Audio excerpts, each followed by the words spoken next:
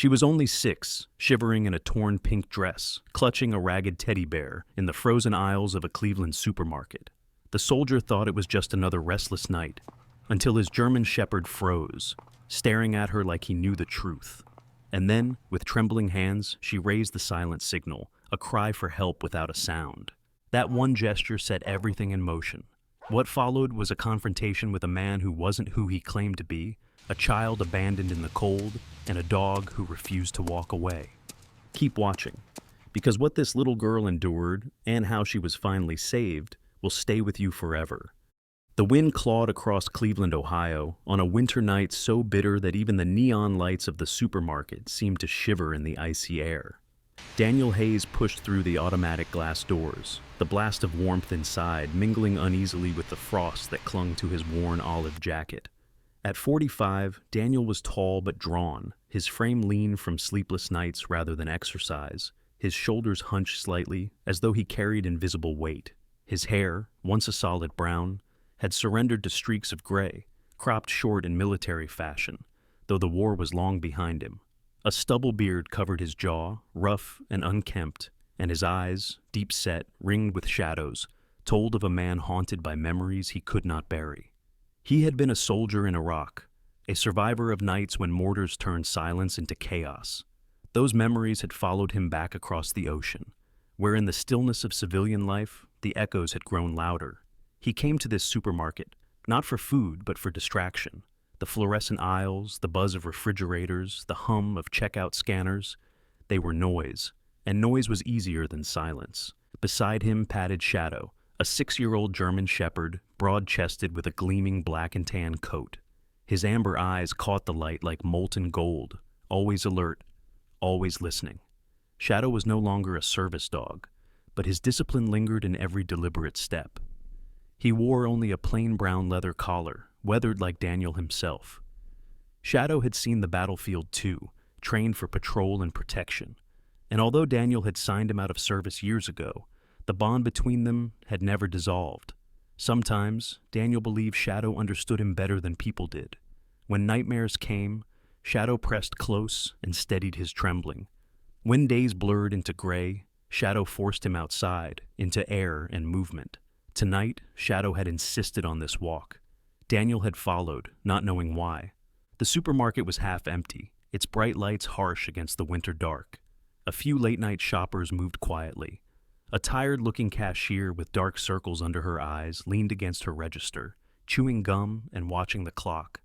A college boy in a hoodie scrolled his phone while pushing a cart piled with ramen packets and soda.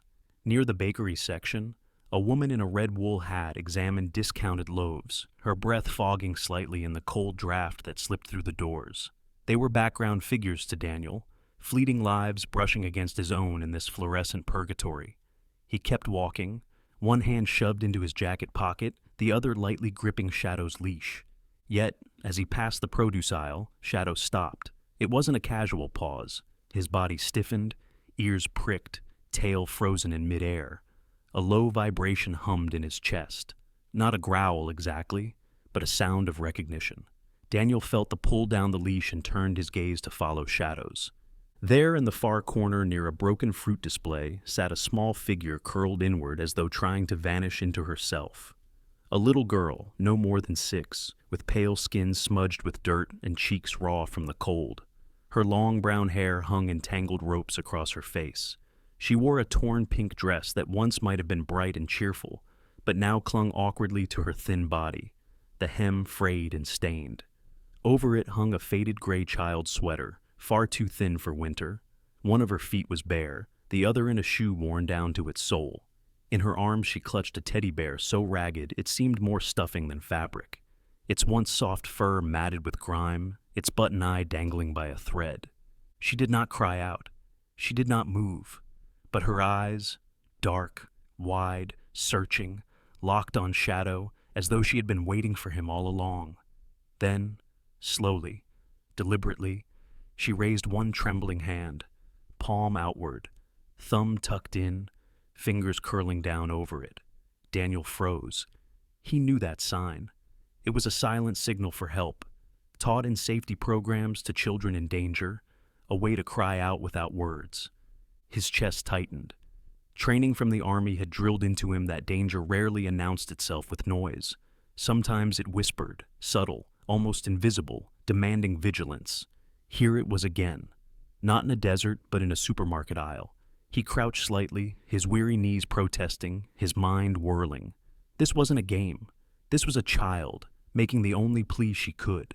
Shadow remained perfectly still, his amber eyes locked on the girl. Daniel whispered without realizing, "You see it too, don't you, boy?" The German shepherd did not blink. His body was taut, protective, as if to say, yes. Daniel's pulse hammered. Memories surged. Villages where children had been used as bait, the split-second decisions that cost lives, the screams that followed him into sleep. He had vowed never again to ignore signs, never again to look away. Yet here he was, in an ordinary American supermarket, facing the same responsibility. He studied the girl closer.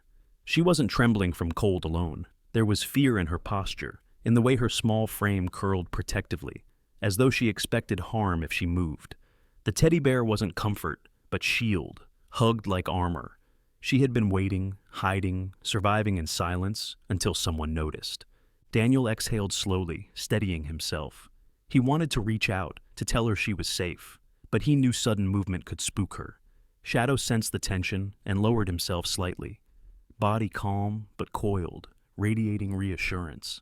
The girl's gaze softened just enough to let her hand complete the signal again, her fingers folding over her thumb with painful clarity. Daniel's throat burned. He had come here to escape his own demons, yet fate had placed another soul in his path, more fragile than his. For a moment, the war inside him fell silent, replaced by the stark reality before him. A little girl, wordless, begging for help with nothing but a gesture. And in that cold supermarket aisle, Daniel Hayes realized he could no longer drift through nights as a ghost. The war hadn't left him alive only for himself. It had left him alive for this moment. For her. Shadow stepped forward once, then stopped, his gaze unbroken. The little girl leaned closer, lips pressed tightly, tears pooling but refusing to fall. She had not spoken a word, yet she had screamed louder than any sound Daniel had ever heard. She had given the signal, and nothing would ever be the same again. Daniel Hayes stood frozen, his breath caught between disbelief and recognition. The trembling gesture of the little girl was one he had once been taught to notice during briefings years ago, a small, wordless sign created for children who could not speak aloud. In Iraq, Daniel had seen men communicate entire strategies through a flick of a finger or a shift in the eyes, but here, in a fluorescent-lit supermarket in Cleveland, Ohio, that same language carried the weight of desperation. His chest tightened, and a protective instinct surged through him stronger than any battlefield reflex. The girl's hand dropped after she made the sign, her tiny fingers clutching at the ragged teddy bear as though the worn toy was the last thread tying her to safety. Her knees were pulled to her chest, and she shivered in the torn pink dress that clung to her bony frame. She seemed impossibly small, her pale skin mottled with cold, her tangled brown hair falling in unkempt strands across her cheeks. Daniel crouched slowly, lowering his tall, lean frame so he wouldn't tower over her. He knew his height and gaunt, shadowed features could frighten a child. Beside him, Shadow, the 6-year-old German shepherd, lowered his muscular body onto the cold supermarket tiles. His black and tan coat gleamed under the fluorescent lights, and his amber eyes softened as he stared at the girl. He shifted forward with deliberate calmness, closing the distance until his thick fur brushed the edge of her trembling fingers. She reached out hesitantly, then pressed her small hand against him, burying her face into the warmth of his neck. Shadow remained still, only letting out a low, reassuring exhale, a sound that seemed to tell her, "You are safe." Daniel's throat tightened. "It's okay," he whispered, his voice low and steady. "You're safe now." The girl didn't speak. She only clutched the dog tighter, her tears sliding silently down her cheeks. Daniel waited, not pressing her, remembering the endless hours of silence in war, when sometimes the best thing a man could offer was simply presence. He noticed the bear in her arms, its fur patchy, one button eye missing, the threads at the seams barely holding. It had been hugged so often it carried the shape of her body. After several minutes, she shifted slightly, her lips parting, Her voice, faint and rasping, finally emerged. "Lily," she whispered. "My name is Lily." Daniel nodded slowly, etching the name into his memory. 6 years old, fragile and frightened, but still holding on. He introduced himself gently. "I'm Daniel, and this is Shadow. We're here with you." The noise of the supermarket carried on, as though nothing extraordinary was happening. Carts squeaking past, a young man in a hoodie arguing with the self-checkout machine, an older woman muttering about the price of apples. To everyone else, this was an ordinary winter evening. Only Daniel and Shadow saw the truth written in Lily's silent cry for help. Daniel's gaze swept the area, searching for anyone who might be connected to the girl. His eyes fell on a figure near the frozen food aisle. A man stood watching them with unsettling intensity. He looked to be in his early 40s, tall with a wiry build that carried more tension than strength. His face was lean and angular, a sharp jawline dusted with uneven stubble. His cropped brown hair was thinning at the crown, and his pale skin bore the signs of a man who lived with too many sleepless nights.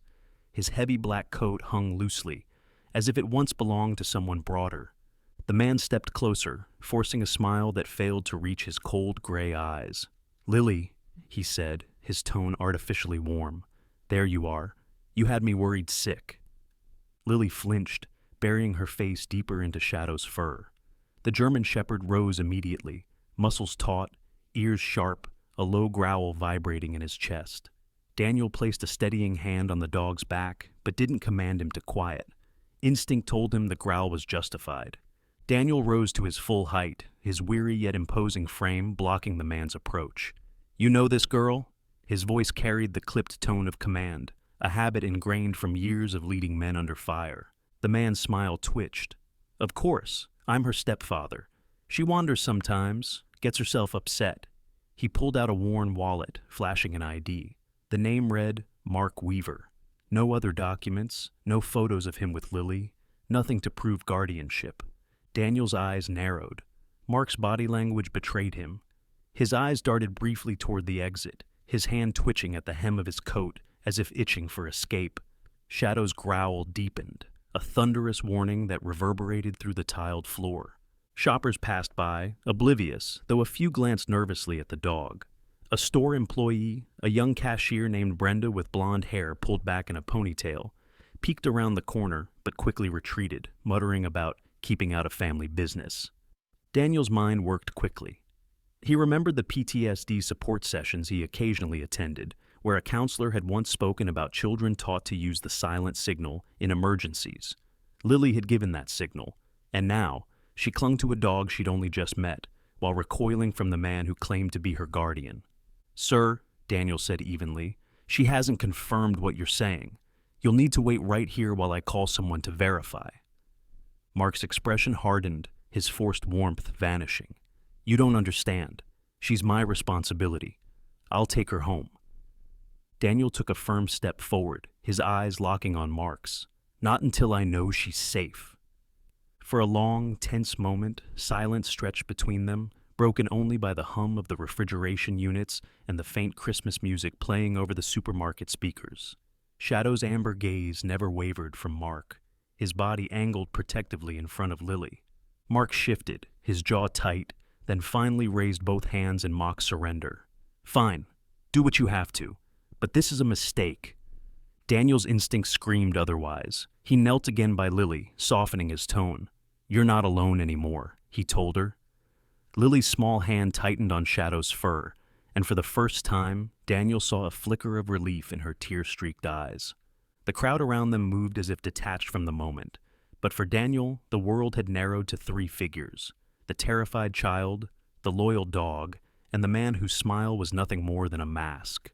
The supermarket hummed with the ordinary chaos of a winter evening, checkout lines trailing long with customers, the hum of refrigerators, and a faint jingle of holiday music leaking from overhead speakers. But, for Daniel Hayes, the world had narrowed into a razor-thin line of tension. In the produce section, 6-year-old Lily clung to Shadow's thick black and tan coat, her small body trembling with both cold and fear.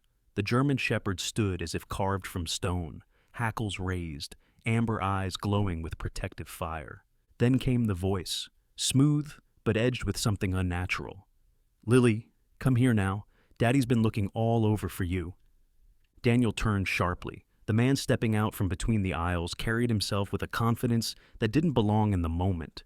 He looked to be in his mid-40s, of average height, but dressed with an effort to impress. His black wool coat was clean, his leather gloves polished, his boots sturdy but stylish. His face was angular, almost handsome in a way, with neatly combed salt and pepper hair slicked back with too much product. But his eyes betrayed him, gray and restless, darting like a man rehearsing charm rather than living it. His mouth twisted into a smile that reached no further than the corners of his lips. Daniel's instincts kicked in before his thoughts did. He stepped forward, tall and lean in his worn olive jacket, his stubble beard shadowing a jaw tightened by suspicion. Shadow's growl deepened into a low rumble, his body shifting to put himself fully between Lily and the man. The man's expression flickered for a fraction of a second, then he smoothed it back into charm. "My name's Mark Johnson," he said, voice rich but forced. "And that little girl is my stepdaughter. She has a tendency to get upset and wander off. It happens. Lily, sweetheart, come on now." But Lily only pressed herself harder against Shadow's side, her dirty face burying into his fur, her small hands clinging to the ragged teddy bear. Daniel crouched low, his voice steady. "Lily, do you know this man?" The girl's silence said everything. Daniel stood again, his tall frame casting a shadow across Mark. "You'll need to prove that claim. Identification, guardianship papers, something." Mark chuckled, though it sounded hollow. He slipped a sleek black wallet from his coat and flipped it open to reveal a driver's license. The picture was real enough, the name Mark Johnson printed clearly, the address from a suburban street on the west side of Cleveland. But there was nothing else. No medical card for Lily, no custody documentation, no photo of them together. Just a man and a name. Daniel's sharp brown eyes narrowed. "That doesn't prove she belongs with you." Mark's smile faltered. He glanced around the aisle, perhaps expecting someone to step in and support him. Yet the crowd moved on as if blind. An older man pushed a cart stacked with milk gallons, a young couple argued about coupons, and a teenage boy in headphones brushed past them without looking twice. No one saw the storm building beneath the fluorescent lights. Shadow's body grew tauter with every second, his ears pinned forward, every instinct sharpened to a needle's edge. Daniel could feel the dog's muscles quiver beneath his touch, discipline holding him in place but ready to unleash if danger struck. Mark lowered his voice, leaning slightly closer. "Look, officer." Daniel cut him off, his voice cool and firm. "I'm not an officer, not anymore. And that girl just told me without words that she's in danger. So you'll stand right there until we sort this out." Mark's eyes flickered, a glint of calculation flashing across his face. He tried to steady his tone. "You've misunderstood. She's shy, doesn't talk to strangers, but I'm the one who takes care of her. Isn't that right, Lily?" Still, the child made no move. She clung tighter to Shadow, her face half hidden, but her small body rigid with terror. A worker emerged from the bakery section nearby. She was a middle-aged woman, tall and wiry, with curly dark hair streaked with gray. Her name tag read Sarah. She wore a maroon store apron dusted with flour, and her hands were calloused from years of kneading dough. She paused at the edge of the aisle, her eyes flicking from Daniel to Lily, then to Mark, her brow furrowed with quiet recognition. Sarah had a reputation among staff as someone who had lived a hard life, raised 4 children alone after her husband abandoned her, carried herself with resilience, sharpened by struggle. Her face was lined, her olive-toned skin weathered, but her gaze was steady, maternal, unafraid. "Something wrong here?" she asked cautiously, voice low but firm. Daniel raised a hand subtly. "Stay back for now." Mark turned toward her with a too bright smile. "Just a family matter, ma'am. My stepdaughter here gets nervous sometimes." Sarah's eyes shifted to Lily, who still hadn't moved from her place beside Shadow. The woman's lips tightened. She had seen enough in her years to recognize fear when it wrapped itself around a child. But she said nothing, only folded her arms and lingered, watchful. Daniel kept his eyes on Mark. "You need more than words if you want to walk out of here with her. Right now, she's terrified of you. That's not something I can ignore."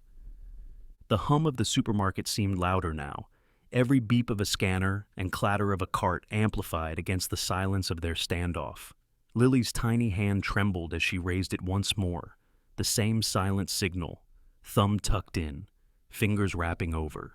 She held it close to her chest, but Daniel saw it. Shadow saw it. Mark's mask cracked, his jaw tightened, and his voice turned sharp. "She belongs with me. Step aside." Daniel did not move. He felt Shadow shift beside him, the dog's amber eyes blazing with warning. He could hear the faint, fearful breath of the little girl clinging to the fur that shielded her. And in that instant, Daniel knew beyond doubt. Whatever Mark Johnson claimed, the truth was written in Lily's silence. Mark Johnson's sharp gray eyes lingered for a heartbeat longer on Daniel and the German shepherd, then flickered toward the nearest exit. His forced smile cracked. Without another word, he turned on his heel, coat swinging, and strode quickly down the aisle. Shadow's growl rumbled after him like thunder, echoing beneath the cold supermarket lights. Daniel felt his jaw tighten, but didn't chase. His instincts told him that if Mark was guilty, cornering him here would yield little. He needed proof, something tangible that couldn't be smoothed over with charm or a driver's license. The tension dissolved almost as quickly as it had come. Customers returned to their shopping, carts squeaking, the distant sound of a register chiming. Sarah from the bakery remained at the end of the aisle, arms crossed, her sharp gaze following Mark's retreating back. She muttered under her breath, "Men like him don't linger unless they're hiding something." Then she pushed her cart of bread back toward the ovens, though her worried eyes flicked once more toward Lily before she disappeared. Lily's small fingers twisted into Shadow's fur. Her eyes, wide and glassy, remained fixed on the path Mark had taken, as though expecting him to return. Daniel crouched again, his tall, lean body folding awkwardly, the olive jacket rustling. "He's gone," he said softly, "but you're not alone anymore." Shadow leaned into the girl's side, and Daniel could see how naturally her tiny form fit against the dog's thick coat. The thought unsettled him. Children didn't cling like that to someone unless they'd been without comfort for too long. After settling Lily with a bottle of water offered by a passing clerk, Daniel walked with her and Shadow toward the back of the supermarket. Something nagged at him, the way her shoes didn't match, the dirt ground into her sweater, the hollow hunger in her eyes. He followed her hesitant steps through the service hallway until she stopped at a side door that opened onto the icy night. The wind slashed through immediately, carrying with it the harsh bite of Cleveland's winter. Lily looked up, as if silently asking him to follow. The alley behind the store was bleak, lined with dumpsters, scattered crates, and patches of dirty snow. Shadow sniffed the ground, his powerful nose pressing close to the frozen concrete. His body stiffened, and he let out a single huff, then padded forward toward a storage unit, an old delivery warehouse no longer used. Its corrugated metal door hung crooked on rusted hinges. Lily's pace slowed as they neared, her tiny hands tightening around her teddy bear until the seams stretched.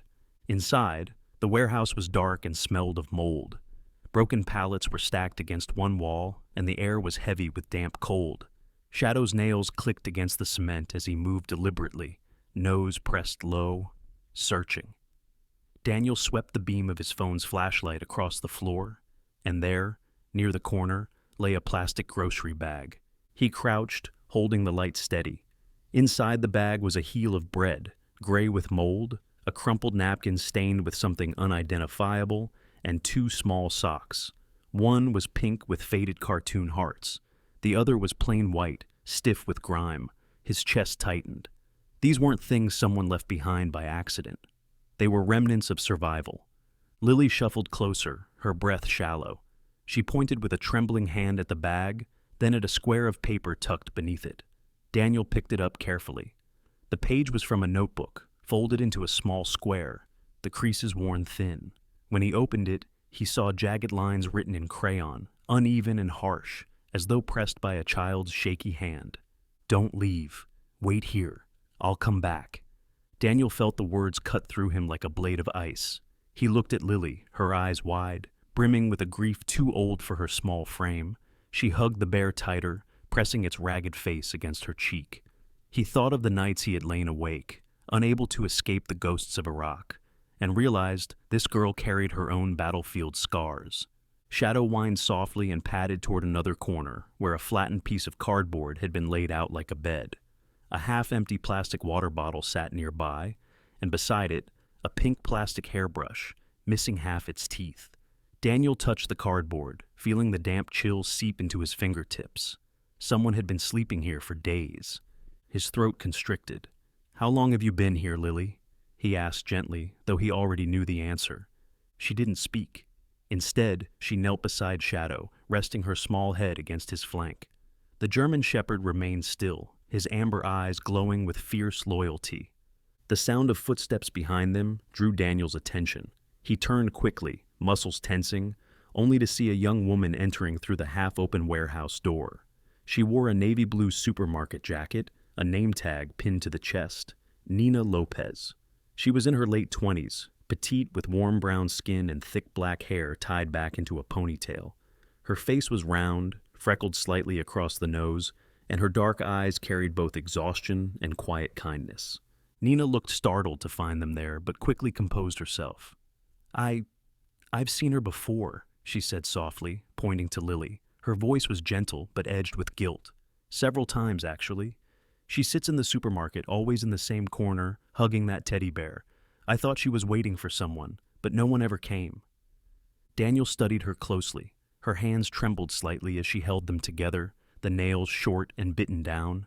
He recognized that nervousness, people who had seen too much wrong, but weren't sure how to act on it. "Did you ever see her with an adult?" Daniel asked. Nina shook her head. "Never. Just her. I even offered her a sandwich once after my shift, but she shook her head and ran off. I didn't want to push. I figured maybe she had family nearby." She bit her lip, her expression pained. "Now I feel like I should have done more." Daniel's eyes softened, though his jaw remained tight. "You saw enough to know she needed help. That's more than most." He glanced down at Lily, who sat quietly on the cardboard, her teddy bear in her lap. "She's been here longer than anyone realized." Nina exhaled heavily, her breath clouding in the cold. "This warehouse, it's empty most nights. Kids sneak in sometimes, but I never thought—" She trailed off, shaking her head. Daniel folded the crayon note carefully, tucking it into his pocket. The words burned against his chest. Whoever Mark Johnson was, he had left this girl with nothing but scraps of bread and a broken promise. Shadow padded back to his side, ears pricked, eyes glowing in the dim light. Daniel felt the dog's presence steady him, the way it always had when nightmares threatened to drown him. Now, Shadow's instincts had led them here, to the truth of Lily's suffering. He looked at Nina. "You've done the right thing now. If you remember anything more, anything at all, tell me." She nodded quickly. "I will." Her eyes lingered on Lily, then softened. "Poor thing. She doesn't deserve this." Daniel crouched again by Lily, brushing a strand of hair from her tear-stained face. "You don't have to wait anymore," he whispered. "You're not alone in this." The winter dawn broke pale and gray over Cleveland, the streets glazed with ice that caught the weak light of passing headlights. Daniel Hayes sat hunched on the edge of a metal chair inside a quiet office at the Cleveland Child Protection Center. Shadow lay curled at his boots, the dog's black and tan coat bristling every time the door creaked or a phone rang. Lily sat in the corner of the room on a cushioned bench, small knees drawn up, her teddy bear pressed tightly against her chest. She hadn't spoken again since whispering her name, but her eyes followed every movement of the dog with a kind of mute trust. The woman who entered next moved with a brisk but careful energy. She was in her early 40s, tall and broad-shouldered, with auburn hair pulled back into a no-nonsense ponytail. Her olive-toned skin was lightly freckled, and her dark eyes were alert, yet softened by compassion. She wore a navy blouse beneath a gray cardigan and carried a thick folder tucked under one arm. This was Margaret Green, known to colleagues as Mara, a veteran caseworker who had spent nearly 2 decades fighting for children who could not fight for themselves. Her voice carried the steadiness of someone who had lived through bureaucratic storms, but still kept her heart intact.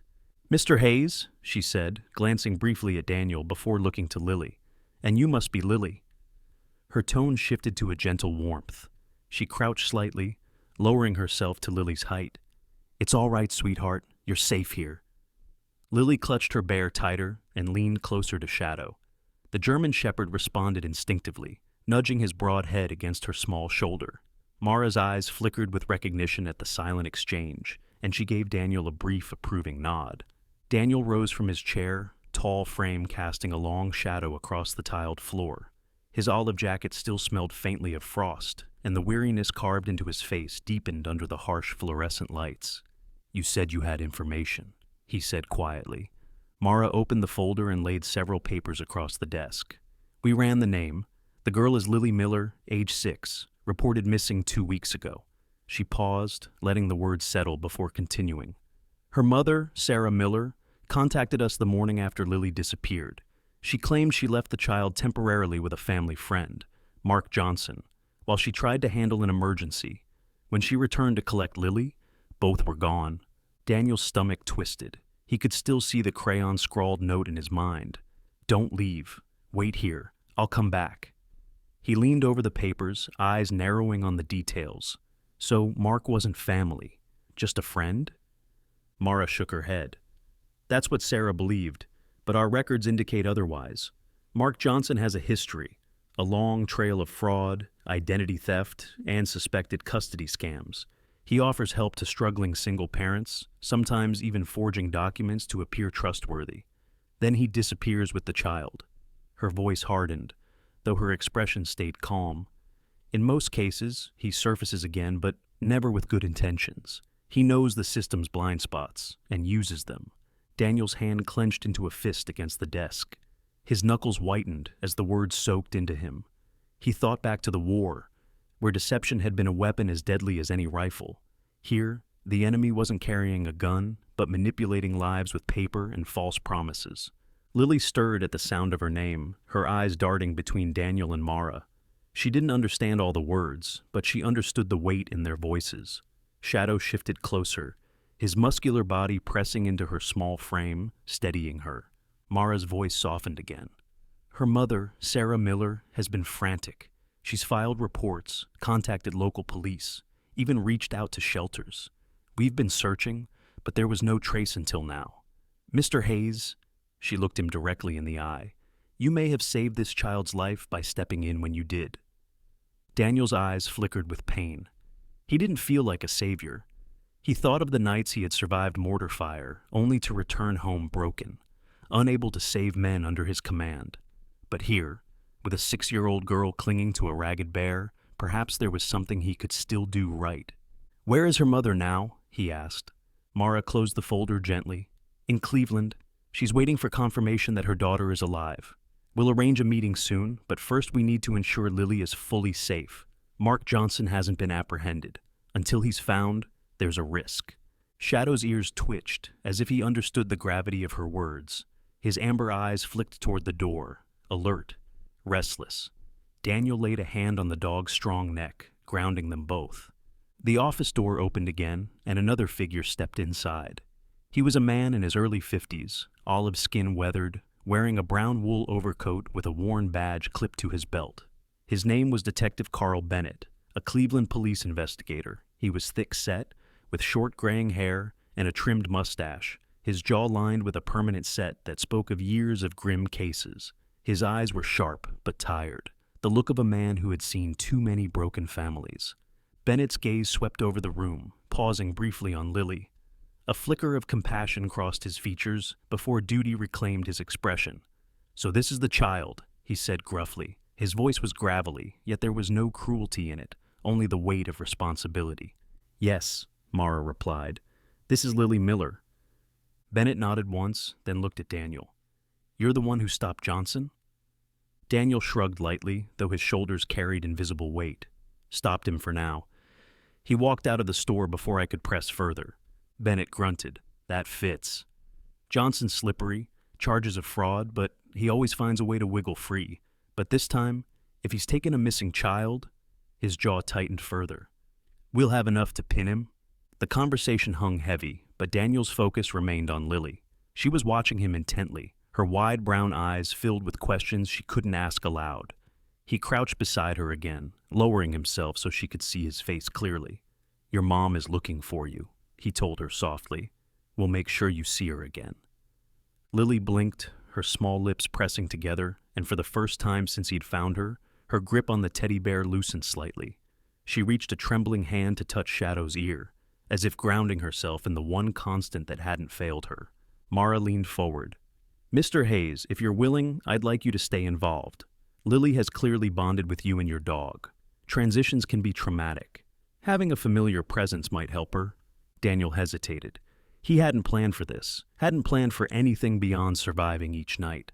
But looking at Lily's fragile frame, her hollow eyes that carried silent battles, he found himself nodding. "We'll stay," he said quietly. Bennett cleared his throat. "Good. Because until Johnson is caught, we need to be ready. He's not the type to let go of what he thinks he owns." The words lingered like frost in the room. Outside, the wind clawed at the windows, rattling them with icy fingers. Daniel knew the fight wasn't over, but for the first time in years, he felt a sense of purpose, raw, heavy, but undeniable. He wasn't just surviving for himself anymore. He was fighting for a child who had been left in the dark too long. The plan came together under the brittle cold of another Cleveland morning. Outside, the snow fell in restless sheets, coating the city in white silence. But inside the Cleveland Child Protection Center, Daniel Hayes stood with Detective Carl Bennett and Mara Green, discussing what had to be done. Mark Johnson was still at large, and while Bennett's men scoured the city, Daniel knew the man was too clever to be caught with routine police work. Johnson would circle back sooner or later. Predators always did. Shadow shifted at Daniel's side, his thick black and tan coat brushing against his owner's faded jeans. The German shepherd's amber eyes were sharp, restless, his nose twitching, as if even the mention of Mark carried a scent worth tracking. Daniel crouched down, brushing his calloused fingers through the dog's fur. "You'll know before any of us, won't you?" he murmured. Shadow blinked slowly, steady as a sentinel.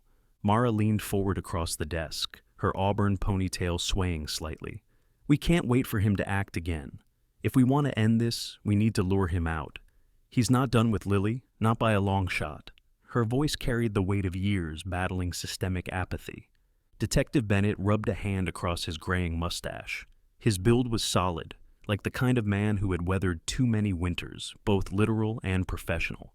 "He'll come sniffing if he thinks there are vulnerable kids around. We've seen it before. What do you suggest?" Mara tapped the table. "A public setup. Something that feels casual. He preys on situations where no one pays close attention. Bus stations, discount stores. If we stage an event inside the supermarket where he first appeared, it may draw him back." Daniel straightened. "He'll know the place, and he'll think no one's watching." That evening, the supermarket glowed under buzzing lights, its wide aisles crowded not with shoppers, but with the careful placement of props. A folding table draped with a bright red banner read, "Winter Warmth, Drive, Free Coats, Toys, and Blankets for Children." Behind it stood two young volunteers from a local college, both wearing neon vests and cheerful smiles, greeting families with practiced warmth. Daniel stood off to the side near the vending machines, his tall, lean frame wrapped in the same olive-green jacket. His stubble beard caught the glow of the lights, and his deep-set eyes swept the crowd with a soldier's vigilance. Shadow lay at his boots, calm but alert, every muscle coiled with quiet power. Detective Bennett was disguised in plain clothes, a dark brown sweater stretched across his broad shoulders, worn jeans tucked into heavy boots. He blended into the crowd with surprising ease, though the lines in his weathered face betrayed his watchfulness. He carried himself with the heavy patience of a man used to waiting long hours for one decisive moment. Families filtered in, drawn by the promise of free winter clothing. Children pressed their faces against bins of toys, laughter echoing faintly through the aisles. To anyone else, it looked like a charity event. But to Daniel, every detail was a battlefield. He noted the security guards stationed casually at either end of the store, their uniforms crisp, radios tucked into belts. One of them, a tall young man with blonde hair and a clean-shaven jaw, adjusted his cap nervously. Another, older and stockier, leaned against a cart with the lazy air of someone who knew how to wait. The minutes dragged. Daniel's thoughts wandered to Lily, safe at the center for now, her small body curled in a blanket, her eyes still carrying storms too big for her years. He clenched his fists, feeling the rough scars on his knuckles. He had fought wars abroad, but this fight, protecting one child from a predator, felt heavier. Shadow's ears pricked suddenly. His head lifted, amber eyes narrowing toward the far end of the store. Daniel followed his gaze. Among the bustle of shoppers, a figure lingered near the refrigerated aisle, He wasn't browsing, he wasn't shopping, he was watching. Mark Johnson. He had changed clothes since their last encounter. Tonight he wore a tan windbreaker, dark jeans, and a gray baseball cap pulled low, but his posture betrayed him. Tall, wiry frame, stiff with calculation, his sharp face just visible beneath the brim. He stood too still, his gaze too focused on the table stacked with children's coats and toys. Shadow let out a sudden, guttural bark that reverberated through the store. Heads turned. Daniel's heart slammed against his ribs. The German shepherd surged forward, his muscular body tense, leash snapping taut as he pulled toward Johnson. Mark flinched, eyes darting toward the exit. His mask of composure cracked, replaced with raw alarm. He turned sharply, attempting to slip into the flow of families. But Daniel was already moving. His boots pounded against the tiles as he cut through the crowd. "Security!" Bennett's voice boomed across the store. The two guards moved in, their postures snapping from casual to precise. One blocked the nearest exit, while the other closed from the side. Mark shoved past a shopper, knocking a basket of fruit to the floor. Apples scattered, rolling across the aisle, but he didn't stop. His wiry body twisted, arms swinging as he tried to break free. Then Shadow lunged. The German shepherd cut across his path with powerful precision, muscles rippling beneath his coat. He barked again, sharp and commanding, forcing Mark to stumble backward. The man's face twisted with frustration, as the dog stood like a wall between him and freedom. Daniel closed in, his breath harsh, his expression carved with grim focus. He slammed Mark against a shelf, the impact rattling jars that clinked like warning bells. Bennett was there a second later, his solid frame pressing in, handcuffs flashing in the light. Mark thrashed, his gray eyes wild. "You don't know what you're doing! I was just helping her!" His voice rose with desperate insistence, but no one in the store looked convinced. Parents pulled their children closer, whispers spreading through the aisles. Bennett snapped the cuffs onto his wrists with brutal efficiency. "Save it for the judge." Daniel searched Mark's pockets while Shadow held guard, growling low whenever the man twitched. What Daniel found made his blood run cold. A stack of documents, some laminated, others folded carelessly, each bearing different names, but all marked with the same fraudulent patterns. Custody papers, adoption forms, guardianship letters. Alongside them were small objects stuffed into a satchel. A child's mitten, a pair of socks, even a toy car with chipped paint. Tokens, evidence, proof that Lily wasn't the first. Daniel's jaw tightened, fury simmering just beneath his calm exterior. He handed the papers to Bennett, his voice flat. He wasn't acting alone. This is part of something bigger. Mark spat to the side, his smile returning for just a moment, thin and sinister. "You'll never find them all," he hissed. Shadow barked once, sharp and echoing, silencing the man's words. The sound cut through the supermarket like a final verdict. Daniel looked down at the dog, then at Lily's empty absence, and swore silently that this fight wasn't over, not until every piece of Johnson's web was torn apart. The frost thickened across Cleveland as night gave way to a reluctant morning. The streets glimmered with ice, and smoke from chimneys curled into the sky like fragile signals of warmth. Daniel Hayes walked slowly toward the Child Protection Center, Shadow pacing faithfully at his side, the German shepherd's paws leaving steady impressions in the snow. The arrest of Mark Johnson the night before had ended one chapter, but Daniel knew the story was not yet finished. A little girl was still waiting, her fate resting on whether the pieces of her fractured life could be stitched together again. Inside the center, the air was warmer, filled with the muted hum of phones and the shuffle of caseworkers. Lily sat in a small room near the window, wrapped in a wool blanket with cartoon animals printed along the edges. She looked smaller than ever, her thin frame dwarfed by the chair she occupied. Her torn pink dress had been replaced with a simple sweatshirt and leggings donated from the emergency supply closet, but the ragged teddy bear never left her grasp. Shadow padded toward her immediately, tail flicking once in quiet recognition. Lily's lips curved in the faintest shadow of a smile as her small fingers brushed against the dog's fur. Daniel crouched beside her, studying the hollow look in her eyes. "You're safe now," he said softly, though his own voice carried the gravel of someone who had said those words before and knew how fragile they were. The door creaked open behind him. A woman entered hesitantly, clutching the strap of her worn leather handbag as though it anchored her to the ground. She was in her early 30s, tall and slender, but with a weariness in her posture that spoke of years carrying burdens too heavy for her frame. Her chestnut brown hair hung in soft waves around a pale, oval face. Her hazel eyes rimmed red, as though sleepless nights had carved sorrow into her. Her skin was fair, almost translucent beneath the harsh fluorescent lights, and her thin coat hung loose, ill-suited for the bitter cold. This was Sarah Miller. For a long moment she stood frozen, her breath shallow, eyes locked on the small figure by the window. Then she dropped her handbag and moved forward with trembling steps. "Lily," she whispered, her voice cracking like glass under pressure. The child's head snapped up. For an instant she seemed unsure, her small body tense. But then something broke through. The unspoken recognition that blood carries even when words have failed. Lily leapt from the chair, blanket falling, and rushed across the room. She collided into Sarah's arms with a force that nearly knocked the woman off her feet. Sarah knelt, arms wrapping tight around her daughter, pulling her close as if she could protect her from every storm the world had hurled. Tears spilled freely down her pale cheeks as she kissed Lily's tangled hair again and again. "I'm so sorry, baby. I'm so sorry," she murmured, her voice shaking with guilt and relief in equal measure. Lily's small hands clutched the collar of her mother's coat. For weeks she had been silent, locked in fear. But now, with her face buried in the only embrace she had longed for, she whispered her first word. "Shadow!" The name broke the silence like a hymn.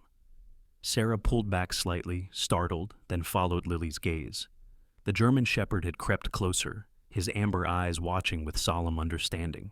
He lowered his head gently into Lily's lap, his powerful frame folding down onto the floor with disarming gentleness. Lily's tiny fingers curled into his fur, holding fast as though the dog was the bridge between her world of fear and this fragile moment of reunion. Sarah exhaled a shaky laugh through her tears. "Thank you," she whispered toward the animal, then turned her gaze to Daniel. "And thank you for not walking away." Daniel stood quietly, his tall frame still, his stubble-lined jaw tight. He wasn't sure how to respond. For years, he had avoided the eyes of others, haunted by memories of nights in Iraq when explosions had stolen men from his command. He had believed himself too broken to guard anyone else's life. Yet here was a child who had trusted him without a word, and a mother who looked at him as though he had given her back her soul. Mara Green entered softly, standing at the doorway with arms folded, auburn hair catching the light. Her expression was calm, but her eyes glistened faintly. "They'll need time," she said gently, addressing Daniel, "but you gave them that chance." Detective Bennett appeared a moment later, his broad figure filling the doorway. He cleared his throat, his voice still carrying its gravel edge. "Johnson's going to face a mountain of charges. Fraud, kidnapping, child endangerment, and with the documents we seized, we may uncover the rest of the network." He paused, his eyes softening as they shifted to the reunion in front of him. "But for now, this is what matters." Daniel nodded, watching as Sarah and Lily clung to each other. The child's frail shoulders trembled, but her voice, small, halting, kept repeating one word into her mother's chest. "Shadow, shadow."